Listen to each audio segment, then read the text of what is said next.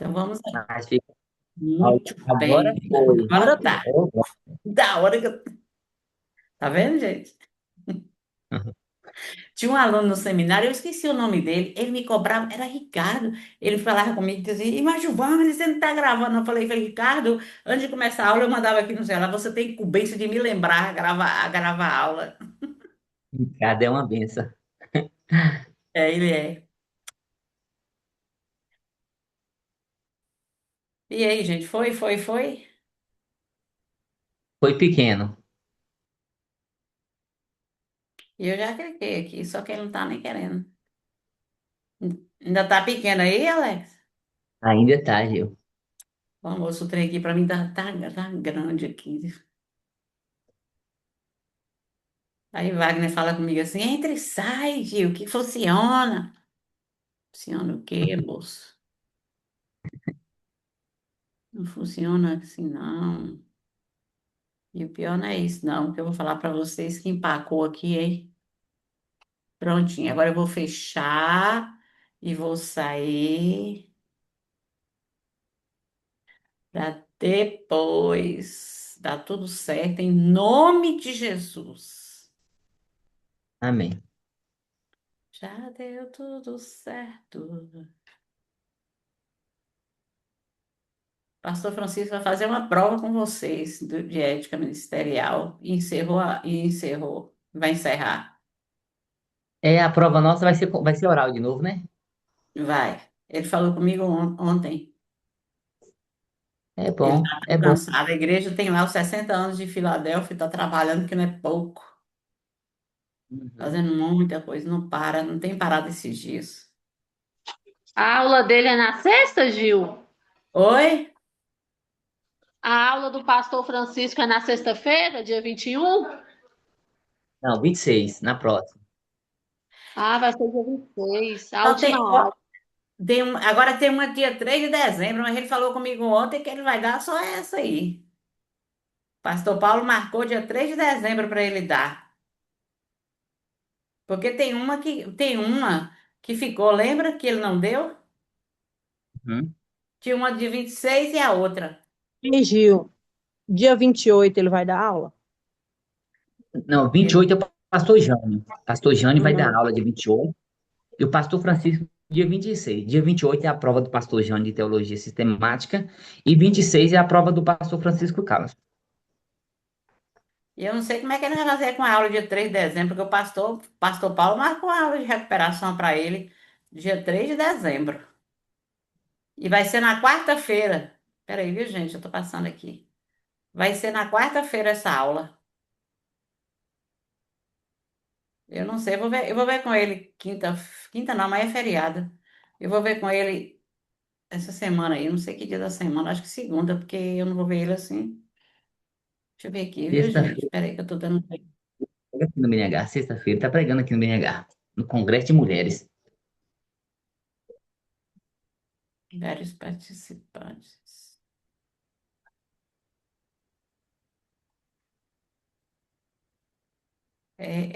Jaci me chamou para ministrar um dia aí, mas eu não tive condição nem. Olha, Ah, então você recusou ver nós, né, Gil? hum? Você recusou, então, ficar aqui com nós. Não foi não, moça, é porque é sério mesmo. E agora aí? Foi ou Tá não? dando jeito, Gil. Ainda tá pequeno. Mas, meu Deus, o que está acontecendo com isso, gente? Meu Pai, em nome de Jesus, me ajuda aqui, Senhor.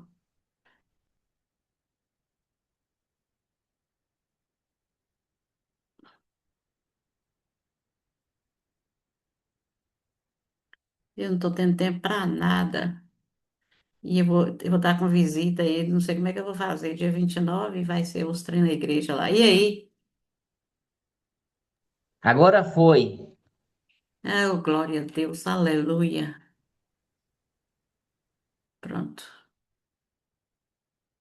Tá mandando eu configurar, não vou configurar nada aqui. Gente, nós temos aí, eu não sei se eu li para vocês isso aí, né? Esse pensamento aí de Bruce, não sei o quê. Antes eu fiz uma anotação aqui, deixa eu ver aqui, que eu vou mostrar para vocês, compartilhar com vocês uma anotação que eu fiz desse homem aí, ó. É Bruce o nome dele. Eu fiz uma pesquisa sobre isso. Dessa situação aí, ó. Você despenderia o mesmo tempo para se preparar a fim de satisfazer as necessidades de uma pessoa que usaria para se preparar a fim de pregar um sermão para 5.000 pessoas? Quanto você crê no potencial de uma pessoa? Essa frase é desse Bruce Miller aí. Vocês entenderam isso aí, esse pensamento? Aí eu estava pesquisando aí, sabe o que é que eu fiz? Eu não entendi isso aí. O que é que eu fiz? Eu peguei a palavra despender e fui pesquisar. Aqui, ó. Eu quero ler a mensagem para vocês aí, ó. Você despenderia, ao mesmo tempo, despender fala de preparo.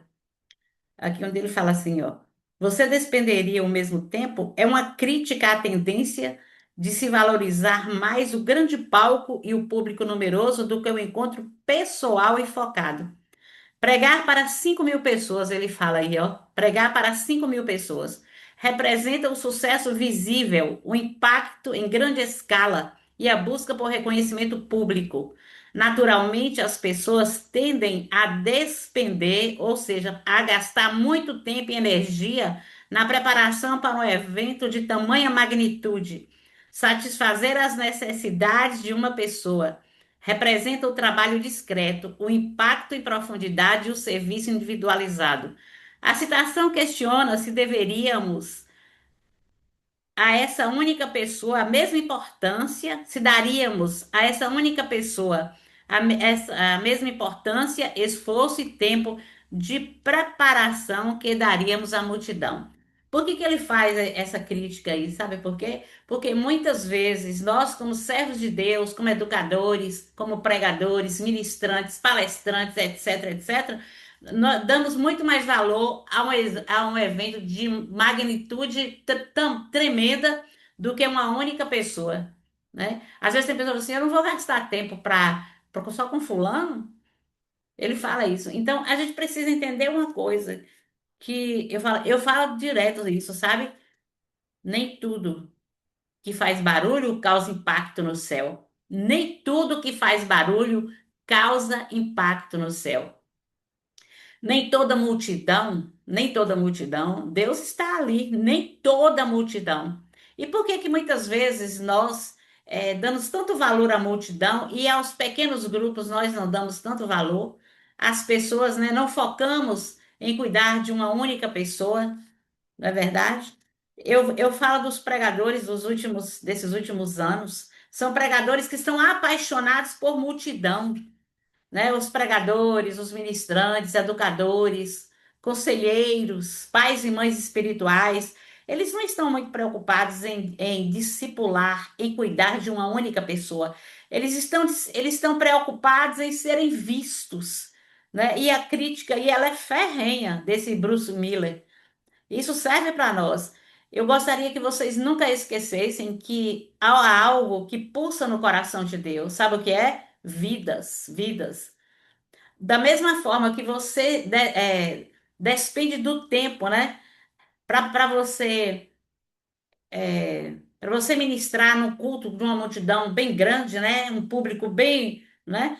Bem assim misto, um público bem exigente. Você tem que entender que essa mesma dedicação você tem que ter também com uma única pessoa. Aquela pessoa que está perto de você, aquela pessoa que você cuida, aquela pessoa que você discipula. Eu falo assim, como é que nós seremos reparadores de brechas, né? É, para que o país das ruínas assoladas, para que o país se torne habitável, se nós não temos essa preocupação e essa visão de entender que o meu próximo, que o meu irmão, uma única pessoa, duas pessoas, três pessoas, elas devem ser tão importantes quanto uma multidão. A mesma energia que eu gasto para preparar um evento de uma magnitude maior, eu tenho que me preparar porque para estar ministrando ao coração de uma única pessoa. Mas por que isso, irmã Giovânia? Porque nós somos instrumentos de Deus, o discipulador, ele é um paramédico, ele é um porta-voz do céu, ele é porta-voz dos oráculos de Deus, ele tem uma voz profética, ele vai mudar a história daquela pessoa com a palavra, com seu estilo de vida. Então, essa pessoa ela precisa ter o mesmo valor que a multidão tem, entendeu? Isso é muito profundo e eu tenho aprendido isso em toda a minha vida cristã, da mesma forma que eu me preparei para dar aula. Teve uma época no seminário aqui em Guanabi que nós dávamos aulas para 6 alunos, seis. Da mesma forma que nós nos preparávamos para dar aula para uma classe de 30, de 25, nós dávamos também para 6 alunos. Teve uma turma minha de evangelismo mesmo que eu dei aula para 4 alunos. Olha, o semestre todinho até o final, até o mês de novembro, aula presencial. E com o mesmo amor, a mesma dedicação, o mesmo empenho, eu dava para esses alunos, sabe? Então a gente tem que ter isso no coração, né? Essa visão no coração. Mas por que que eu estou falando disso? Porque nós vamos entrar hoje num assunto muito poderoso e importante. Eu e Pastor Dema, nós conversávamos muito no seminário e falávamos o seguinte, e ele também tem a mesma visão que eu, que o discipulado ela é a porta dos fundos da igreja. Quando não existe um discipulado forte, estruturado, a porta da igreja fica aberta no fundo, a pessoa entra pela frente, sai pelo fundo e vai embora. Ou então vão ser formados, forjados, crentes sem nutrição nenhuma, raquíticos, sem vida, né? Aqueles com conhecimento superficial, crentes melindrosos. Então, o discipulado ele é de extrema importância, ele é necessário, é indispensável para a saúde do corpo de Cristo. E como educadores cristãos, nós precisamos ter essa visão de discipulado. Deixa eu ver se eu consigo passar aqui, em nome de Jesus. Discipulado, nós vamos trabalhar isso hoje. Mas o que é discipulado? Vamos parar para pensar aí? O que é discipulado? Jesus chamou pessoas não apenas para crerem nele, mas para seguirem-no. Ó, está em Mateus 4,19. Eu coloquei alguns textos, gente, sabe por quê? Para a gente não perder tempo, para a gente ir mais rápido. Vai que cai uma chuva aí, a gente vai para casa, né? Aliás, nós vamos dormir. Então, aqui, ó, Jesus chamou pessoas não apenas para crerem nele, mas para seguirem-no. Mateus 4,19 diz o seguinte: Vinde após mim, e eu vos farei o quê? Pescadores de homens. Portanto, discipulado não é apenas transmitir conhecimentos, mas formar caráter e estilo de vida segundo o modelo de Cristo. Olha, eu vejo na igreja o povo, as pessoas cometendo os mesmos erros continuamente. Teve um dia mesmo que eu cheguei na igreja à noite, aí eu estava com discipulado de mulheres na igreja. Aí umas mulheres estavam nos procurando e outra turma estava procurando um pastor que dá aula para o batismo, dá curso para o batismo. Aí um dos diáconos da igreja falou assim: é tudo discipulado. Eu falei: não é não. Você está procurando quem, meu amor? Você está procurando a turma para fazer o curso para o batismo? Ou você está procurando a turma de mulheres para ser discipulada? Ela disse: é para o batismo. Eu falei: então essa é uma classe que se chama catecúmenos. Não é discipulado, porque discipulado ele não se resume numa lição de uma revista durante 8 encontros. Aquilo ali é uma preparação para o batismo. Então a gente precisa, como igreja, expandir a nossa mentalidade, a nossa visão sobre discipulado. Né? O Senhor vai aí na palavra: Vinde após mim e eu vos farei pescadores de homens. O Senhor nos chamou para pescar. Ele não nos chamou para apenas para transmitir conhecimento, mas para formar o caráter e o estilo de vida segundo o modelo de Cristo. Então, quem é o nosso modelo como discipulador é o próprio Cristo. Ele é o nosso modelo. Nós somos discípulos de Jesus Cristo, né? Ele é o nosso modelo. E o estilo de vida é segundo o modelo de Cristo. Lembra? Nós estávamos lá no mercado de escravos, lá no mundo. Nós viemos para o reino da luz, o reino do Filho do seu amor. Lá tem princípios que regem a nossa vida, o nosso estilo de vida mudou, o nosso caráter, tudo mudou. Então, qual é o nosso modelo? É Jesus. E a gente vai transmitir o que para a vida dos novos, dos discípulos? Nós vamos transmitir a vida de Jesus, por isso que está aqui, ó, impressa, impregnada, arraigada no meu ser. Então, eu tenho que passar isso, eu estou forjando a vida dos discípulos, né? Segundo o modelo de Cristo. Porque o que que eu sou? O que que você é? Nós somos pequenos cristos. Somos pequenos cristos. A palavra discipulado vem de discípulo, que no grego bíblico é matetes, significando aprendiz ou seguidor. Então, o que é um discípulo? Ele é um aprendiz, ele é um seguidor. No contexto cristão, discipulado é o processo pelo qual uma pessoa aprende a seguir Jesus Cristo e a viver segundo os seus ensinamentos, sendo transformados à sua imagem. Vamos lá para Romanos 8:29. Vamos abrir lá, Romanos 8:29. Gente, eu vou dar uma aceleradinha para a gente terminar, para a gente não, viu? Romanos 8:29. Romanos 8:29.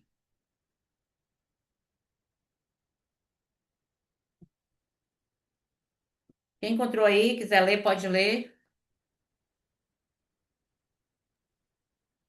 8:29. Porque os que dentres conheceu, também os predestinou para seres conformes à imagem de seu filho, a fim de que ele seja o primogênito entre muitos irmãos. O que é que está falando aqui? A imagem do seu filho, para serem conformes à imagem do seu filho, a fim de que seja o primogênito entre os muitos irmãos. Quem é o primeiro irmão nosso? É Jesus. O que é conforme à imagem? Vamos trabalhar o verbo conformar, é tomar forma outra vez. Nós fomos formados outra vez, transformados, conformados à imagem e à semelhança de Jesus. É tomar forma, não é? Tomar forma. A forma de quem? A forma de Cristo. Então, ele é seguidor, o discípulo é o seguidor de Jesus Cristo e vive segundo os seus ensinamentos. Ó, nós somos igual eu costumo dizer para a turma de novos convertidos que nós somos igual um carro zerado que estávamos na concessionária, quando fomos criados. Quando nós saímos da concessionária zeradinho, sabe o que é que acontece? O carro bate no canto, bate no outro, deforma completamente, não é? Assim éramos nós. Nós estávamos lá, fomos criados por Deus, tudo bonitinho. Aí, quando viemos aqui, saímos da concessionária, viemos todo quebrando, sabe, várias partes, né? Todo cheio de aleijões espirituais, de pecados, de mimimi, sabe? De tantas coisas, sabe? E o que que aconteceu depois? Aí a gente volta para a chaparia, que é lá no reino, né? Lá na olaria de Deus, no discipulado. Ali nós vamos ser conformados, porque os ensinos de Jesus vão ser passados para a nossa vida, nós vamos ser trabalhados, lapidados, forjados, restaurados, renovados, para nós vivermos conforme a imagem e a semelhança do Filho de Deus, que é o primogênito entre muitos irmãos. Jesus é nosso irmão mais velho, não é verdade? Ele é nosso irmão mais velho. Porque nós não temos tempo, senão nós entraríamos nos atributos desse irmão mais velho. Mas em outra oportunidade a gente fala sobre isso. Mas qual é a base bíblica para o discipulado? Qual é o texto base para o discipulado?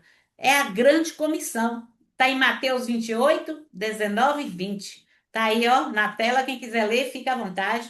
Mateus 28, 19 e 20.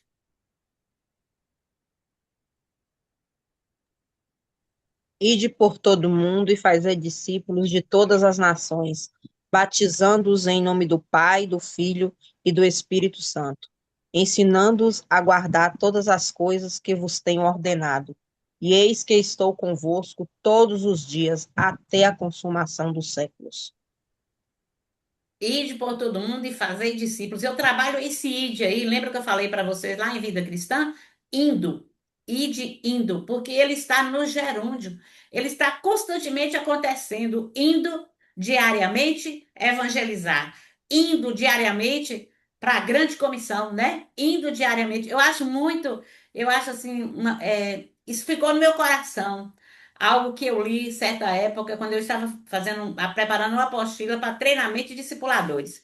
É o seguinte: é, quando Jesus foi assunto aos céus, antes, onde é que os discípulos estavam reunidos?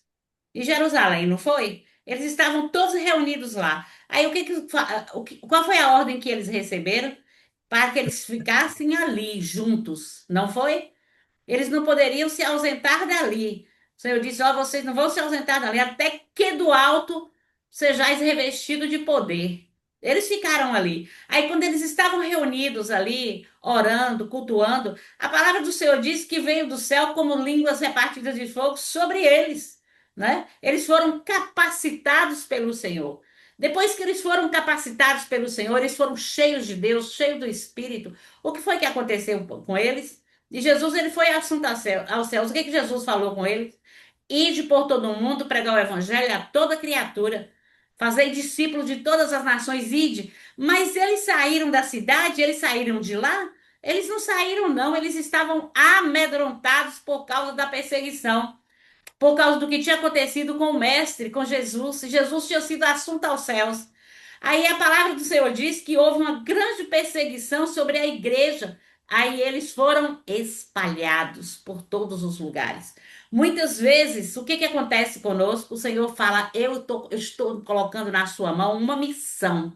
Aí você fica no comodismo, não, em Jerusalém tá bom demais. O aconchego, né? A reunião, a coletividade, tá ali na minha zona de conforto. Muitas vezes vem a luta para que a gente se espalhe. Essa luta é permitida pelo Senhor para que a gente se espalhe e para que a gente vá cumprir o ID, diariamente evangelizar. Deus, ele tem os seus meios de trabalhar, não é verdade?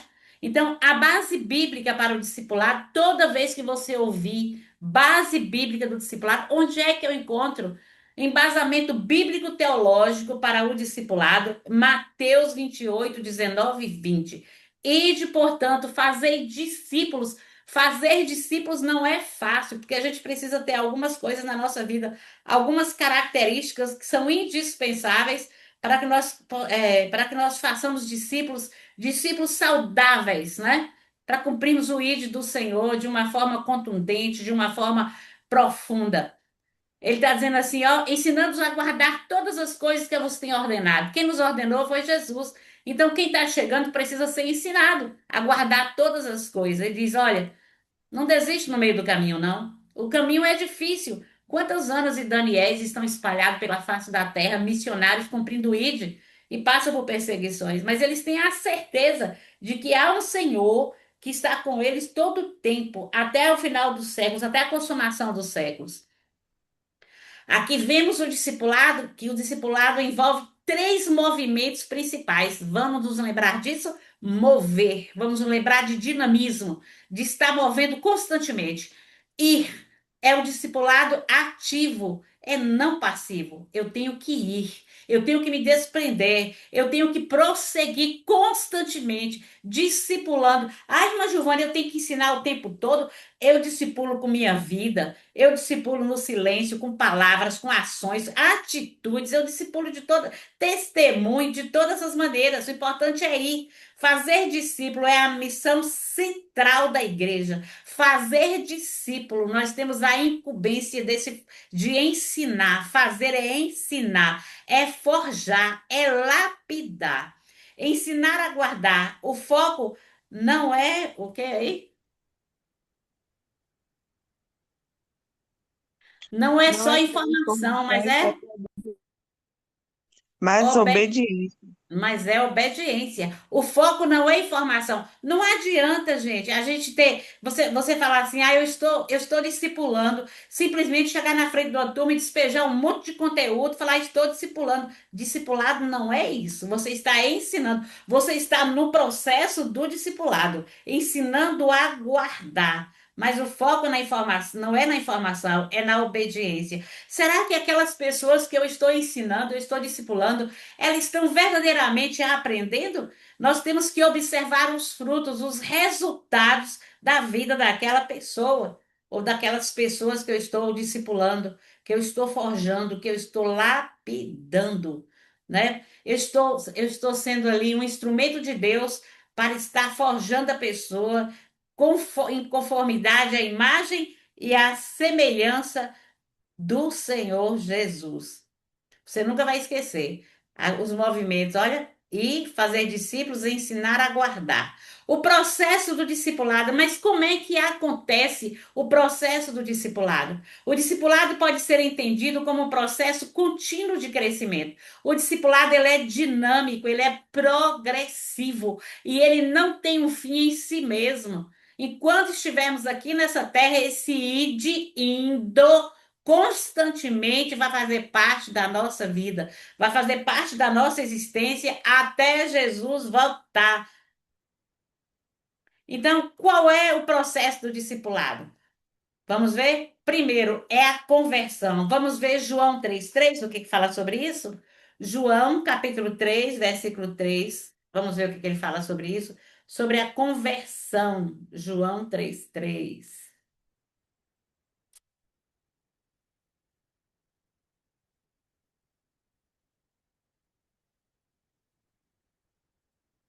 Ô, gente, quando eu falei da aula que eu estava falando para vocês, deixa eu lembrar aqui, deixa eu explicar direitinho. Eu estou falando é em local aberto, viu? Que às vezes as pessoas, por exemplo, as pessoas falam assim, ó, eu vou ali lanchar numa praça aberta e tá lanchando numa praça aberta e consegue como é que diz? Consegue a internet naquele local e liga para assistir a aula. A pessoa não absorve nada porque fica ali distraído com o ambiente, entendeu? É por isso eu quero esclarecer para, né, para não deixar as pessoas às vezes pensam, aí, mas Giovana tá falando que eu não posso fazer outra coisa. Pode sim, pode, claro que pode. Tem gente aí que tem filho, né? Cuida do filho, bota o neném para dormir igual o Darley. Hoje é aniversário da neném de Darley. Vamos ver o processo, conversão João 3:3. Quem gostaria de falar aí?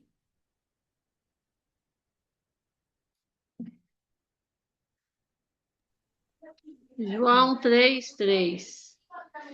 Em resposta, Jesus declarou: Digo a verdade, ninguém pode vir ao reino de Deus se não nascer de novo. Começou o processo de discipulado, o novo nascimento em Cristo. Ninguém pode ver o reino de Deus. Em verdade, eu te digo que se alguém não nascer de novo, não pode ver o reino de Deus. É necessário nascer de novo. João está falando sobre conversão. O que é que se converteu? O que é conversão? É o caminho de volta à originalidade. Eu vim do Senhor, mas eu me perdi no meio da caminhada, né? Eu vim do mundo lá, toda cheia de pecado, a vida tortuosa. Quando eu me converto, eu ouvi a verdade, eu conheci a verdade e eu voltei. Diz que a gente faz aquele caminho como se fosse um U, né? Eu estava indo nessa direção, aí eu conheci Jesus aqui, eu fiz o caminho de volta para ele. Então, esse processo é contínuo, começa através da conversão. Depois da conversão, gente, vem o crescimento. O crescimento é o aprendizado e a prática dos ensinos de Jesus. Esse crescimento depende, primeiro, vai depender de nós, porque você vai lá, mas Giovana não é de Deus, não? Sabe por quê? Mas primeiro, porque nós somos os porta-vozes, nós somos os instrumentos de Deus para estarmos ensinando essas pessoas a levá-las ao crescimento espiritual. Nós contamos com o Senhor e nós somos trabalhados por Deus e preparados para trazer esse crescimento espiritual através das ministrações, né? Os ensinos de Jesus, e depende da pessoa de ter o coração aberto, de ter como é que diz? Ter o solo do coração fértil, para que nós possamos semear a palavra do Senhor, os ensinos de Jesus. Então, primeiro é a conversão, depois vem o crescimento e depois vem a maturidade, que é o desenvolvimento do caráter cristão. É o fruto, né, gente? Os frutos do Espírito. Está em Gálatas 5:22, 23. Mas o fruto do Espírito é o quê? Nós sabemos isso de cor. Eu tenho até aqui um negócio aqui sobre o fruto do Espírito. No final, eu vou mostrar para vocês. Minha irmã fez minha irmã fez eu tenho mais de 10 anos que eu tenho isso. Minha irmã me deu de presente uma caixinha de feira pequenininha e com os frutos em cima dentro. Aí ela colocou frutos do Espírito na caixa. Aí colocou amor, paz, bondade, longanimidade, fidelidade. Deixa eu pegar aqui. Depois eu pego para vocês aí. Domínio próprio. É lindo demais. Frutos do Espírito. Então, olha, como a gente vai levando a pessoa à maturidade, não é? Os ensinos, o crescimento espiritual vem através. Eu quero falar sobre esses ensinos de Jesus. Nós precisamos trabalhar quando nós ensinamos as pessoas, os novos convertidos, nós temos que trabalhar no alicerce. Nós temos que forjar a partir do alicerce. E com o que, que nós devemos nos preocupar quando nós estamos discipulando os novos convertidos? É de darmos o genuíno leite espiritual, a comida de verdade, que vai produzir, sabe, um alicerce saudável, para que essas pessoas consigam ter as raízes arraigadas em Deus, no profundo, para que elas venham ter raízes profundas, para que elas venham produzir isso aí, ó. Quando você vê essa maturidade, é o resultado do crescimento espiritual. Vem a maturidade, porque você vai perceber que ela está produzindo frutos de qualidade, amor, paz, bondade, fidelidade, longanimidade, mansidão, temperança, tudo isso, né, são os frutos que essa pessoa está produzindo. Depois que essa pessoa começa a produzir esses frutos, ela vai ser trabalhada, ela vai ser treinada para ela multiplicar. De discípula, ela vai passar a ser um discipulador. Eu tenho vários discípulos na igreja hoje, pessoas que fizeram discipulado comigo, pessoas que eu treinei para ser discipulador e hoje estão trabalhando na liderança da igreja. É uma alegria muito grande para o nosso coração. Então, o quarto tópico aí é multiplicação. O discípulo torna-se um discipulador. Vamos ver 2 Timóteo 2:2. O que é que ele diz sobre isso? 2 Timóteo 2:2. Treina eu, Gil, para discipular. Treina eu Se para eu fosse, discipular mulher. ô moça, Eu se eu quero, fosse, viu? se eu fosse para aí, eu ia discipular vocês mesmo. Eu dei um discipulado para as mulheres, Marlene é minha discípula, e já é discipuladora por aí, né, Mar? Ah, isso mesmo. Conhece, ó, se você apresentar com as mulheres hoje, e perguntar para elas, as mulheres da Bíblia, as características das mulheres da Bíblia, os desafios, a maneira que Deus usou, essas mulheres são todas letradas nessa área, no discipulado. Eu fiz um projeto para elas e trabalhei com elas e eu também aprendi, foi muito. Vamos ver aqui, 2 Timóteo 2:2.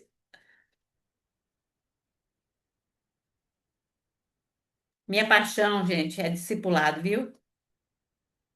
2 Timóteo 2:2. Olha, eu gosto demais. E o que de mim entre muitas testemunhas ouvistes, confia-o a homens fiéis, que sejam idôneos para também ensinarem os outros.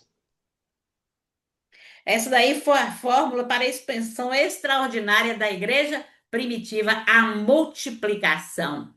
O discípulo torna-se um discipulador. O que você aprendeu comigo, ele está falando, e que você da minha parte ouviu, Timóteo, através de muitas testemunhas, transmite a homens fiéis e também idôneos para instruir a outros. O discipulador, ele precisa ser uma pessoa idônea, íntegra, porque um dia, a gente vai ver isso lá na frente, um dia ele vai dizer assim, olha, será que ele vai poder dizer para a turma dele, seja meu imitador como eu sou de Cristo?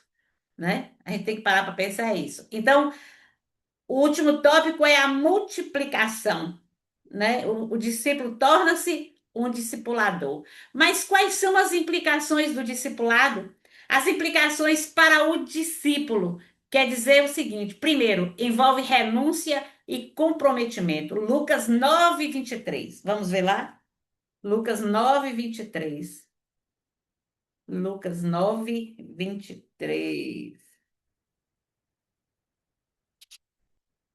Lucas 9:23. 9:23. Olha, gente, que eu amo demais isso aqui, gente.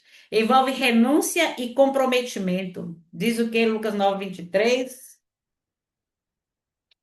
A primeira mensagem que minha prima, com 10 anos, pregou na igreja de Filadélfia. Com 10 anos, colocou um banquinho na igreja, subiu, porque não alcançava o púlpito, e pregou essa mensagem aqui. Nunca esqueci disso. Ela com 10 anos. Vamos ver lá? Lucas 9:23.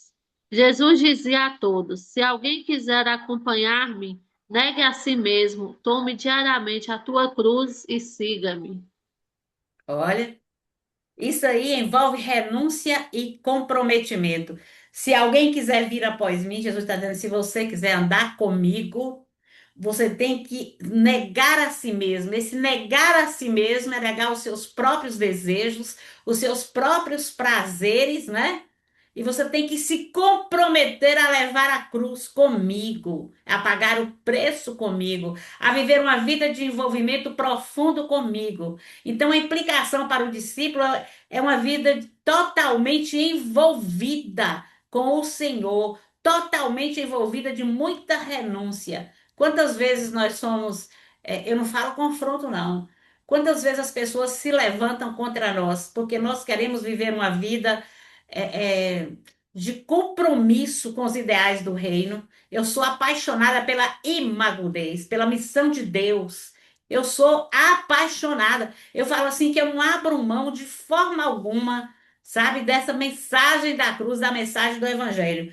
Se alguém quer vir após mim, negue-se a si mesmo, dia a dia. Tome a sua cruz e siga-me. Gente, viver uma vida de renúncia não é fácil, mas é possível sim, sabe por quê? Porque nós temos o Espírito Santo de Deus. Então eu tenho que entender que para eu ser uma discipuladora, para eu trilhar o caminho do discipulado, para eu ser uma pessoa que vai estar ali na frente, forjando o caráter do outro, eu preciso viver uma vida de renúncia, viver uma vida completamente comprometida com o Senhor, aprender a levar a cruz, a pegar a cruz de Cristo, né?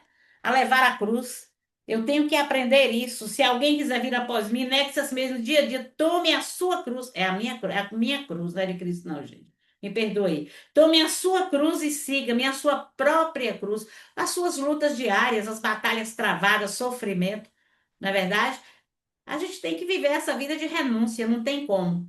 Diz que o fardo de Jesus, ele é o quê? Ele é leve, né? O jugo de Jesus, ele é o quê? Suave. Quando nós somos dependentes dele, a nossa cruz também, ela se torna mais leve. Quando nós somos dependentes dele. Porque eu sei que uma coisa que eu sempre, quando eu estou orando, eu me lembro, às vezes eu estou até sem força para orar, eu olho para o céu, as lágrimas caem. E o Senhor ministra no meu coração algo muito profundo, sabe?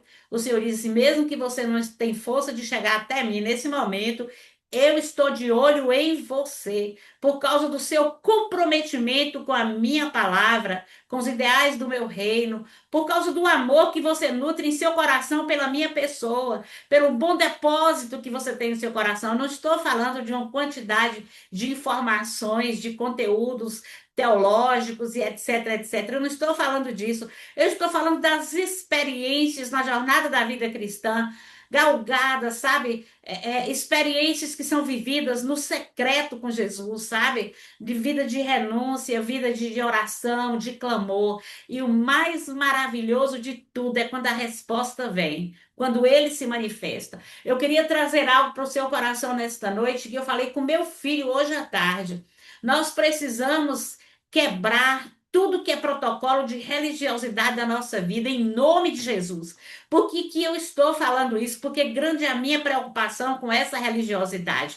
Nós estamos muitas vezes equivocados, pensando por muito fazer no reino, em várias áreas do reino, sabe, na igreja, por muito fazer. Isso é uma vida com Deus, uma vida. Não, não é de jeito nenhum. Sabe, mais importante para Cristo não é o que você faz com Ele, é como e quanto você vive com Ele. É quanto você desfruta da presença dele, o quanto você caminha com ele. Eu não estou dizendo que isso não é importante, você trabalhar, você estar ali na liderança com uma missão que o Senhor te deu. Eu não estou falando sobre isso. Eu estou falando uma vida comprometida com a presença de Deus.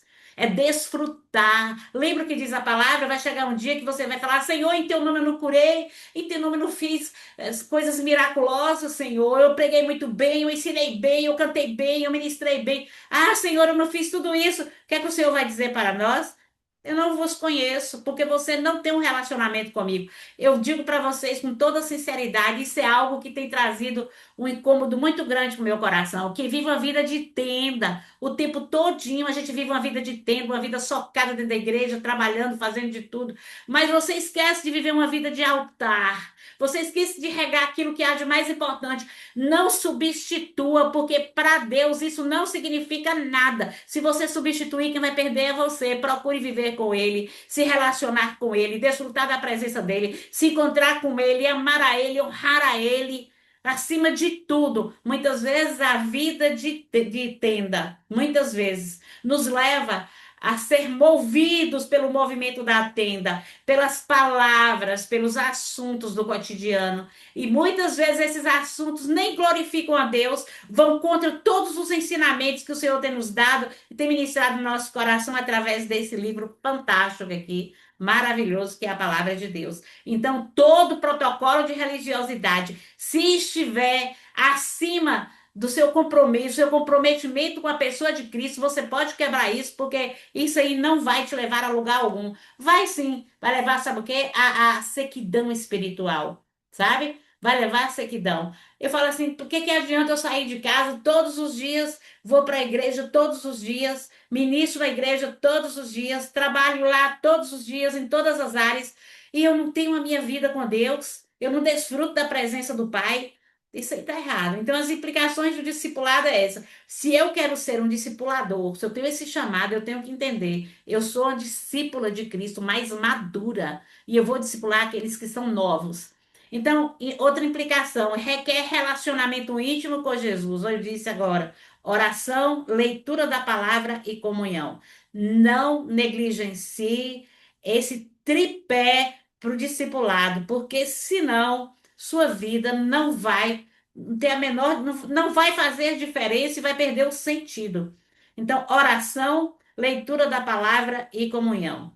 Nós precisamos entender que isso aí são, eu falo que são as disciplinas espirituais indispensáveis para o cristão, né? Para o discípulo, para o discipulador e vice-versa. Implica também em transformação contínua. Como é que é? Como é que se processa essa transformação? Mas não é apenas de comportamento. É uma transformação de dentro para fora. Romanos 12:2. Abram aí, por favor. Romanos 12:2. Romanos 12:2. Ah, meu pai, aqui. Romanos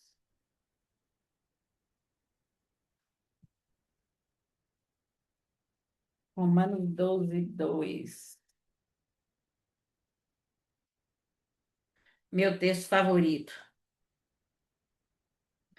E não vos conformeis com este século, mas transformai-vos pela renovação da vossa mente, para que experimenteis qual seja a boa, agradável e perfeita vontade de Deus. Quando a gente fala, quando Paulo escreveu aqui aos Romanos, ele disse o seguinte assim, ó, você não pode se conformar com o presente século.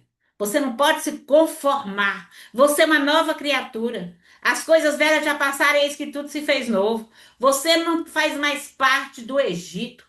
Você não faz mais parte do mundo lá fora. Você vive no reino. O seu estilo de vida tem que ser outro. Você não pode se conformar com essa cultura.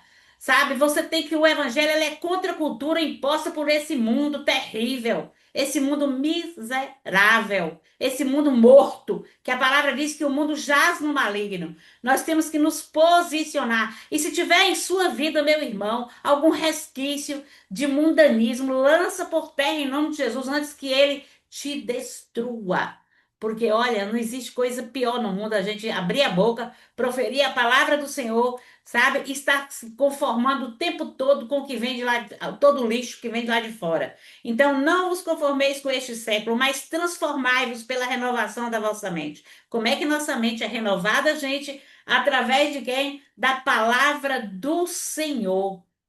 A nossa mente é renovada através da palavra do Senhor. Quando não tem outra coisa, gente, para renovar a nossa mente, a não ser nós descermos na olaria de Deus, estarmos na mão do oleiro perfeito, sendo lapidados por ele, sendo transformando a nossa mente, sendo transformados. Mas é a palavra de Deus que vai transformar a nossa mente. E agora eu te pergunto, como é que a palavra vai transformar se eu não leio e se eu não experimento desta palavra?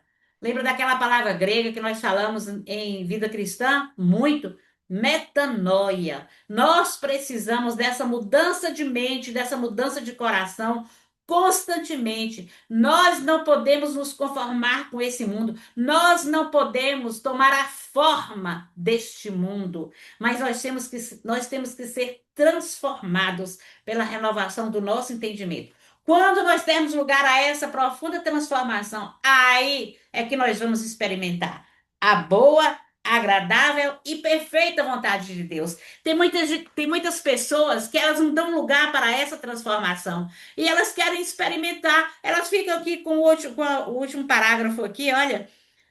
Eu quero experimentar a agradável e perfeita vontade de Deus. Oxe, boa, agradável e perfeita vontade de Deus. Eu só vou experimentar se eu estiver nesse processo, trilhando esse processo com seriedade, com comprometimento, com responsabilidade, com renúncia, né? Eu vejo aí lideranças completamente sem compromisso com os ideais do reino, com a vida completamente tortuosa e grita no púlpito da igreja: você tem que experimentar a boa, perfeita e agradável vontade de Deus. Isso é dissimulação, isso é hipocrisia. Deus, ele abomina a hipocrisia, gente. A gente precisa entender isso. Nós precisamos dar lugar para Deus, dar lugar para o Espírito Santo de Deus, para que Deus transforme a nossa mente. Nós precisamos comer a Bíblia, comer a palavra, buscar, Senhor, em nome de Jesus. Eu estou falando isso para mim também, que eu vivo aí na tenda e no altar, na tenda e no altar. Quando eu falo isso, se vocês estão entendendo?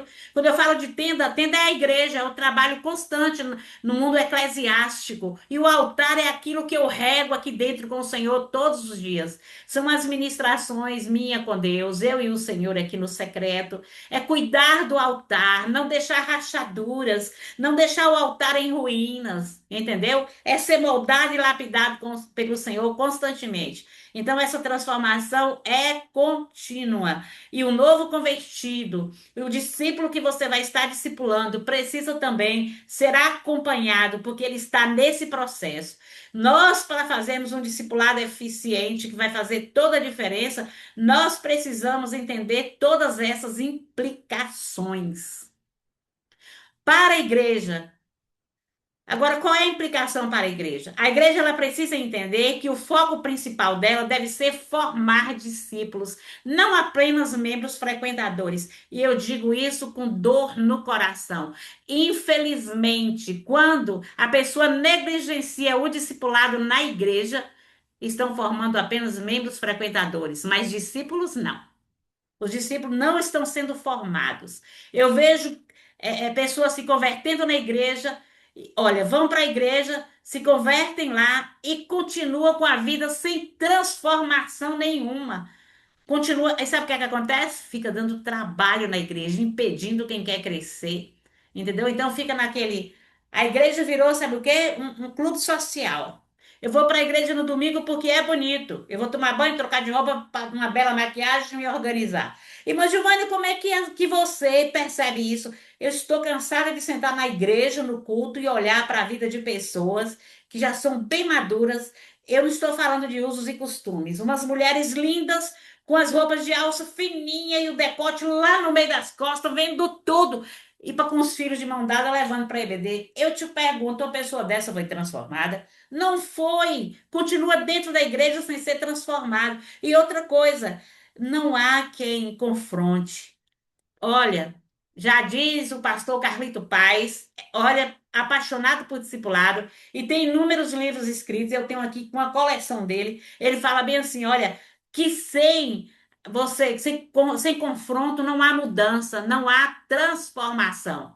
O importante não é o que você fala, é como você fala, mas você precisa confrontar. Eu fico olhando ali e falei: meu Deus do céu, onde é a transformação numa pessoa dessa? Não foi transformada, não foi transformada. O linguajar, eu vejo nas redes sociais, eu vejo o tempo todo, porque eu entro na rede social. Mulheres estão lá na rede social, atrás de Virgínia, atrás de Zé Felipe, atrás de Ana Castela. Meu Deus, gente, em nome de Jesus, quem é que está formando, forjando a sua vida? Gente, aquela menina está lá, ó, bebendo o tempo todo. Onde é? Meu Deus, o que vai agregar na sua vida? Você sabia que aquilo que você curte, aquilo que você traz para a sua vida, você está validando para comandar a sua casa, a sua família e seus filhos mais tarde? Isso, o mundo espiritual é muito sério, gente. O mundo espiritual é muito sério, é delicado. O mundo espiritual é fino. Nós não somos deste mundo. Gente, como é que, para que eu vou seguir Ana Castela e Zé Felipe?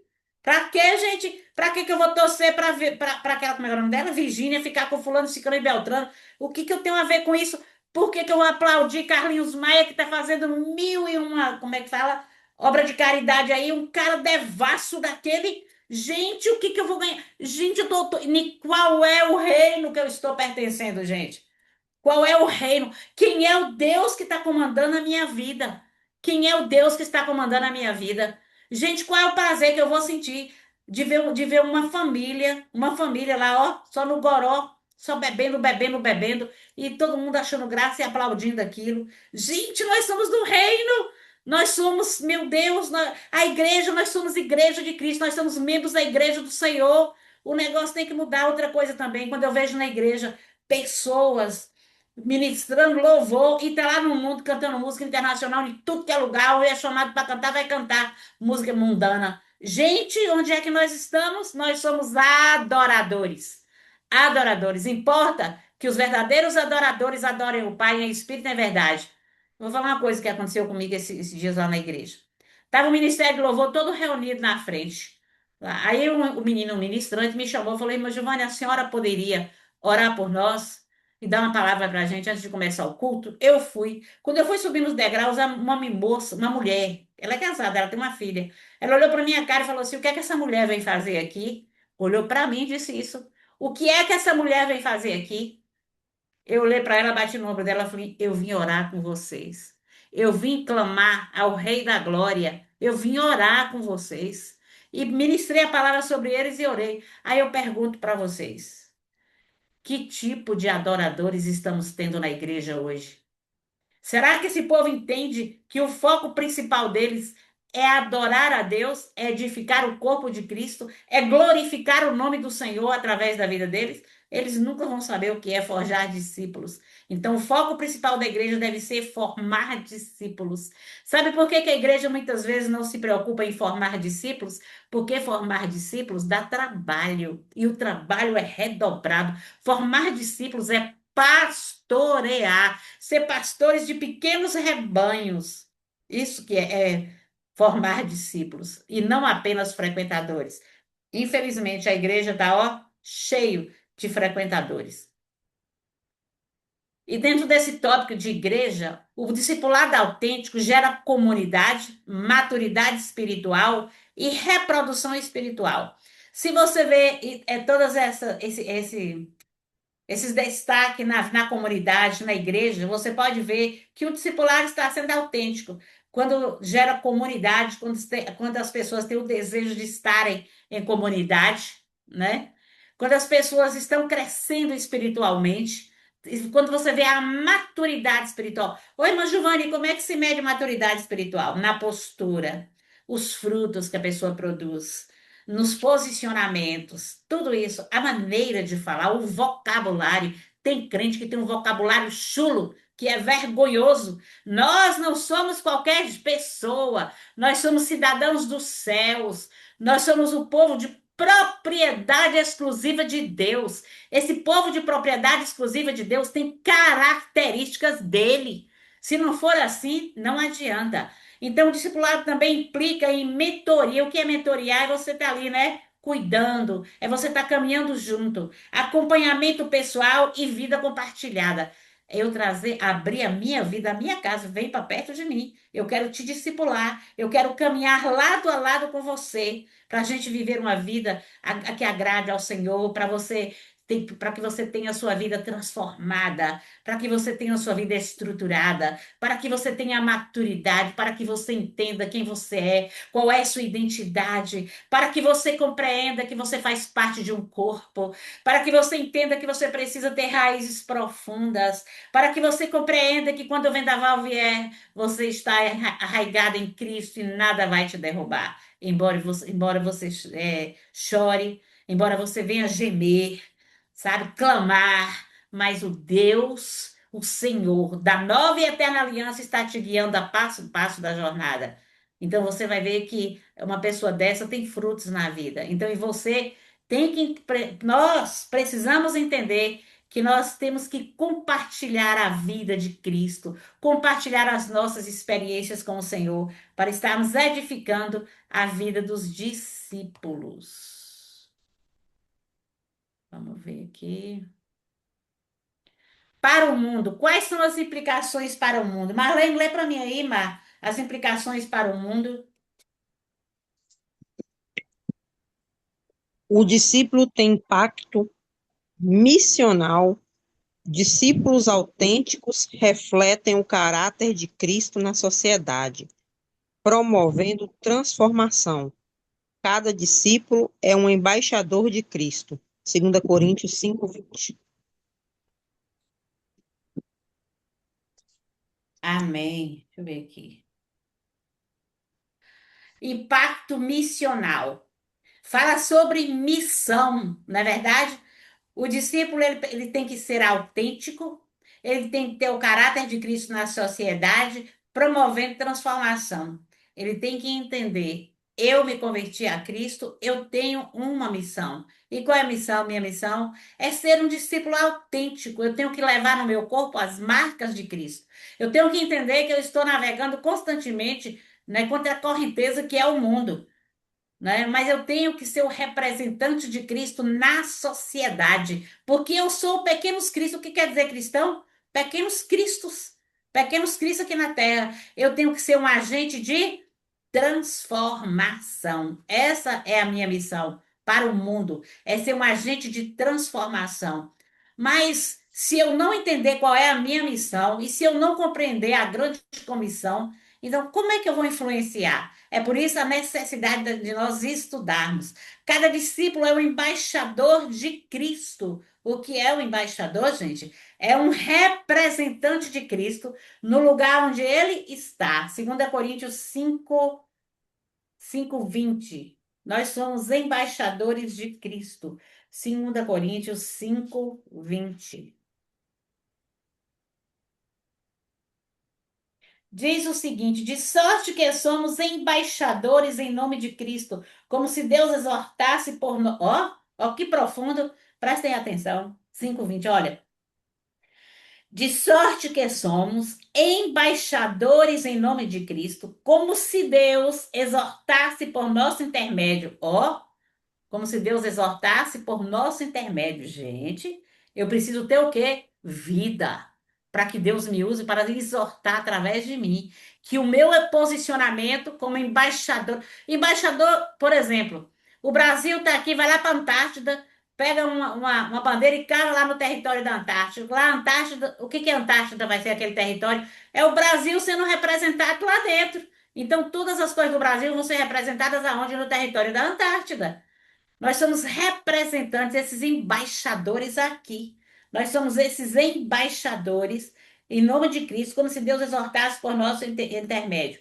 Em nome de Cristo, pois rogamos que nos concilieis com Deus. A nossa responsabilidade é grande.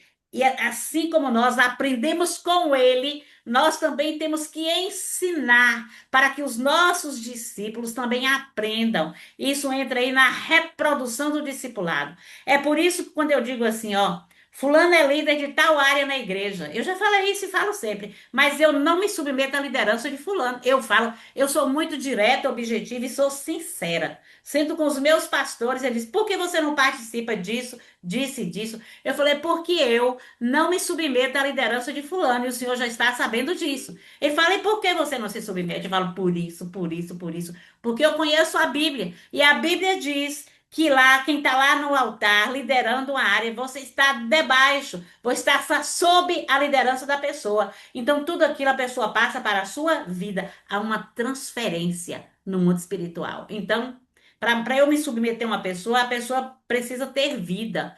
Irmã Giovana, você está querendo ser boa? Não, eu conheço o que a Bíblia diz. O que que a Bíblia diz sobre. O que que a Bíblia diz sobre imposição de mãos? Eu já vi uma pessoa endemoniada que ficou de 9 horas da noite até 5 da manhã, a gente lutando com ela por causa de uma imposição de mãos. Ela saiu de uma conferência com a gente, Uma mulher buscava Deus. Quando chegou na porta do ônibus, uma mulher de branco, ela estava comigo, abraçada comigo. Uma mulher de branco aproximou dela, colocou a mão na cabeça e orou por ela. Ela caiu endemoniada, gente, e ficou assim. Nós só levamos ela para o hotel. O hotel em cima tinha primeiro andar, embaixo tinha um pátio enorme. Sabe o que aconteceu? O diabo tentou jogar ela de cima para baixo. Nós passamos a noite em guerra, em batalha. Mas as pessoas que estavam embaixo, no largo, sentadas, sabe o que que viam? Viu labaredas de fogo caindo em cima do prédio onde nós estávamos. O fogo caindo, o poder de Deus se manifestando, o demônio gritando, e guerra, até que ela foi liberta. Sabe o que é que ela disse pra gente? Ela disse, e nós vimos também, depois que aquela mulher colocou a mão na minha cabeça, nós procuramos a mulher e eu vi quem era a mulher, o rosto da mulher. Nós procuramos a mulher o outro dia, nós não encontramos essa mulher. E ela ficou endemoniada, transferência no mundo espiritual.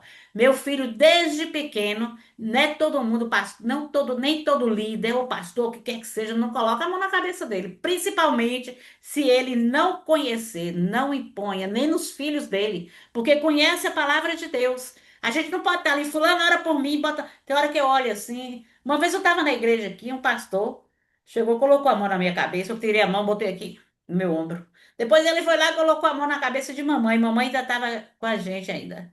Mamãe estava na igreja. Ele colocou a mão na cabeça de mamãe e eu tirei a mão dele da cabeça de mamãe.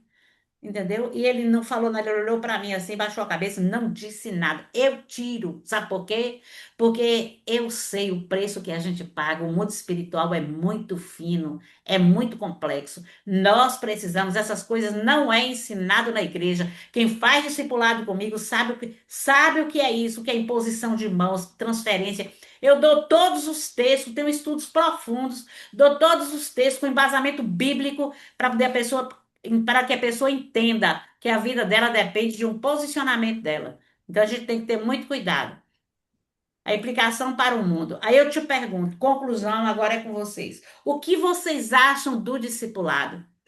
No coração de vocês, vocês têm o desejo de ser um discipulador, porque todo crente, ele é um discipulador.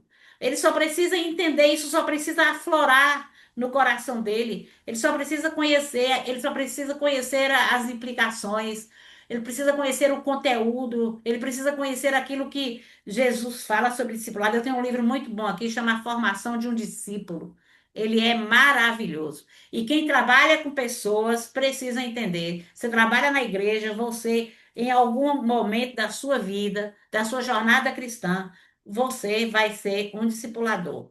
Você vai estar trabalhando com discipulado.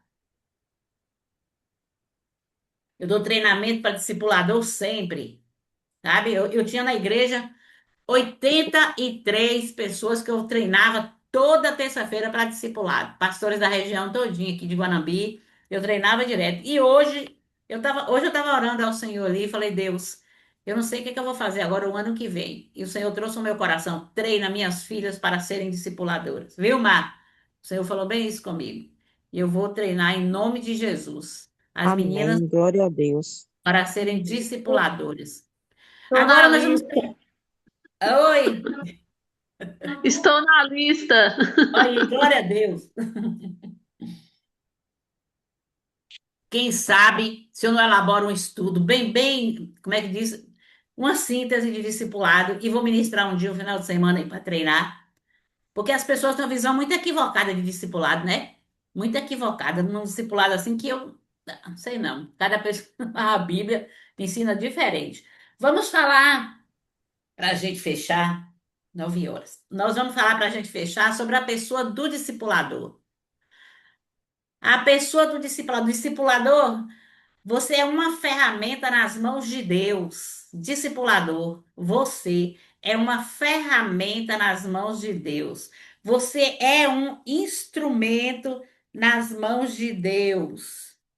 E eu tenho algo para falar com você aqui, discipulador. Desculpa, 1960, peraí. Deixa eu ver aqui que eu coloquei, eu fiz uma anotação de uma frase aqui, gente, que eu achei tão linda, tão linda, tão linda, tão linda, tão linda. O discipulador. Ah, gente, aqui. Olha, gente, o discipulador, ele não apenas ensina o caminho, Ele é o farol que ilumina a jornada. É a ponte que conecta o potencial à realização. E o espelho que reflete a imagem de quem está se formando. Não é lindo, gente? É lindo demais. É apaixonante. O discipulador, ele é mais do que um mentor ou um professor. Ele é alguém que se dedica a um relacionamento intencional e profundo, com o objetivo de guiar, modelar e capacitar outra pessoa, que é um discípulo, a crescer, amadurecer e desenvolver todo o seu potencial, geralmente em um contexto de fé, valores ou habilidades específicas. Em essência, o discipulador é o guia. Vamos falar sobre todas essas questões aí. Então, quem é o discipulador, gente? O discipulador é aquele que ajuda. Lê aí, Alex, para mim, que eu já li demais. Alex está muito quieto hoje. Eu não estou gostando de Alex quieto desse jeito. Então, senhor, quem é o discipulador? O discipulador é aquele que ajuda outro a seguir Jesus de perto. Ele não é o centro discipulado. Cristo é. O Cristo é. O discipulador é apenas um instrumento, um guia espiritual, um exemplo vivo do que significa ser discípulo. Olha, gente, fala a verdade, se não é apaixonante essa missão. O discipulador, ele ajuda outra pessoa a seguir a Jesus de perto, na verdade?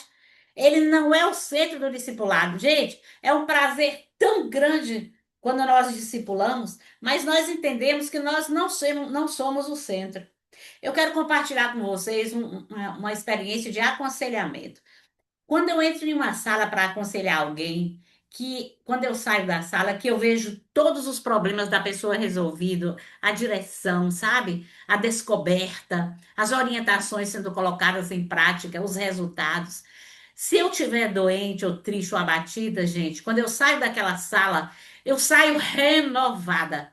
É como se eu recebesse um pote de ouro, de tesouro do céu, sabe? Sobre a minha vida. Sabe por quê? Porque eu entendo que eu, apesar das minhas deficiências, das minhas áreas de ruptura, dos meus aleijões emocionais, que nós temos muitos, mas Deus me usou esse vaso tão imperfeito para lapidar a vida de uma pessoa, e esse vaso é apaixonado pelo mestre, entendeu? É apaixonado pelo mestre, ele sabe qual é o lugar do mestre. Gente, a coisa melhor do mundo é você saber que você tem potencial, você tem chamado, mas você sabe que você não é o centro do chamado. Você não é o centro de nada, porque o centro é Jesus. Eu cantava uma música com meu filho na igreja, que eu amava muito essa música.